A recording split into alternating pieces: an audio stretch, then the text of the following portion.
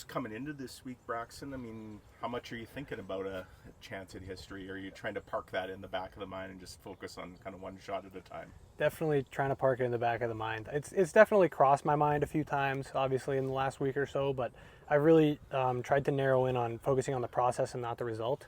If I can go out and stick to my game, make smart decisions on the course, I know I've prepared enough for it. So whether that means I win or not, I'm sure it'll mean that I'm in a good position to compete for the trophy come the final round. But there's a lot of good players out here, so you never know. For sure. As a three-time champion, do you almost feel that there's a target on your back? Everybody's watching what's Braxton going to do, just because you are the favorite, obviously. Right. I haven't thought about that a whole lot. Golf is one of those sports where you're not really competing directly against someone else. Right. You're competing against the course and then the field, and really if it comes down to the final few holes and you're tied with someone, then it's more so of that one-on-one competition. But as for now, at least, it's more just, stick to your own game, and I'm trying to focus on, posting a good number myself. Someone else goes low, then good for them. Right.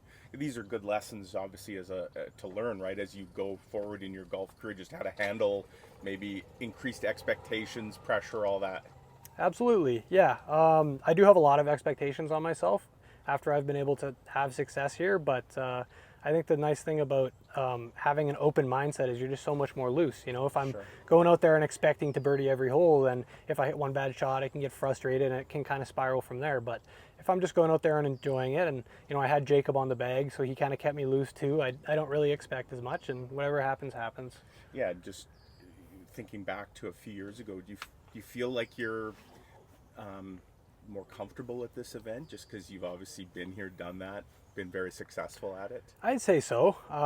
This is probably my 4th or 5th year competing in it, so it'd be my 5th year. So I'm definitely used to the competition. You see a lot of the same guys every year, right? Yeah. So you know everyone. It's not foreign to you, and obviously I've played the course a few times as well. So it's not like I'm going to another country and playing with some obscure golfers. But no, I think that definitely adds a bit of a comfort zone for me. And what does this event just mean to you as a local guy, playing your amateur, and this is your final one, right? Right. Before you kind of embark on the next stage of your so. career.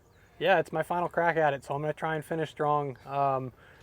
It's nice that I can represent hopefully Manitoba and hopefully my club if I can compete, and finish high here and hopefully go on to the Canadian Am. But it's the unique opportunity about a provincial event. You can really represent your province on a national level. So.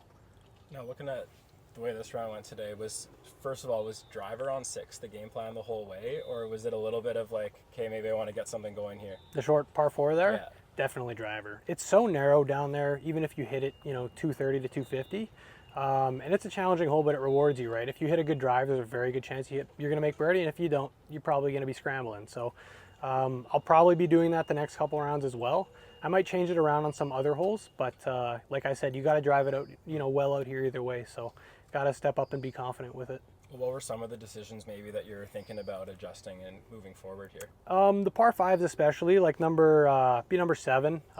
It's another hole there. You hit it straight, you're probably going to make a birdie or better. If not, you're going to be scrambling. So the par 5s really, and a lot of holes out there value hitting a good tee shot.